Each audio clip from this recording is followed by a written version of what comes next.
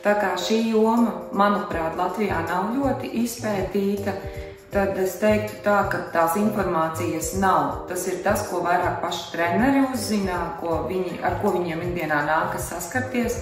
Tā kā jā, es teiktu, ka būtu ļoti nepieciešams veikt tādus padziļinātākus pētījumus, lai saprastu, kā ar šiem bērniem strādāt, ne tikai no treneru pieredzes, bet arī no psiholoģiskās, pedagoģiskās, filozofiskās un visiem tādiem viedokļiem.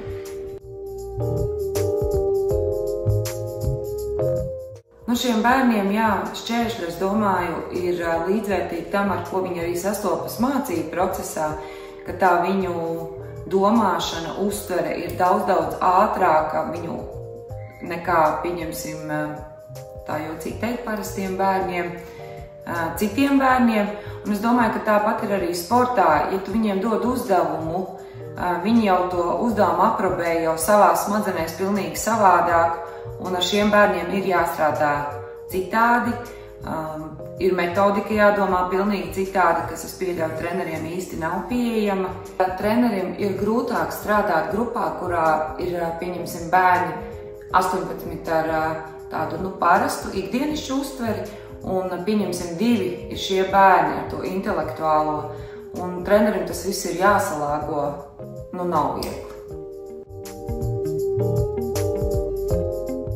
Es domāju, ka ir treneri, kas apzinās, un ir treneri, kas neapzinās. Tie, kas apzinās, viņiem varbūt trūkst informācijas, kā to darīt pareizi, kā to darīt labāk, un līdz ar to varbūt nevienmēr tas viss sanāk, un šie bērni nepaliek sportā, jo viņiem zūd tā interese, viņiem zūd izaicinājums, viņiem zūd motivācija. Un es domāju, pie tā vajadzētu piestrādāt, jo viņš varbūt nav tik talantīgs sportā, bet viņam ir šī vēlme un vajadzētu to noturēt, lai arī nerastos šie te papildus citi, kas nav pozitīvi, šīs blakus nodarbes, un līdz ar to šie bērni, jā, viņi ir ļoti jānodarbina. Te ir gan darbs skolotājiem, gan darbs treneriem, gan darbs vecākiem. Manuprāt, es nevaru teikt un piekrist vārdam interesanti. Es vairāk domāju, ka tas būtu vajadzīgi, nepieciešams iekļaut šādas programmas mācību treniņu procesā.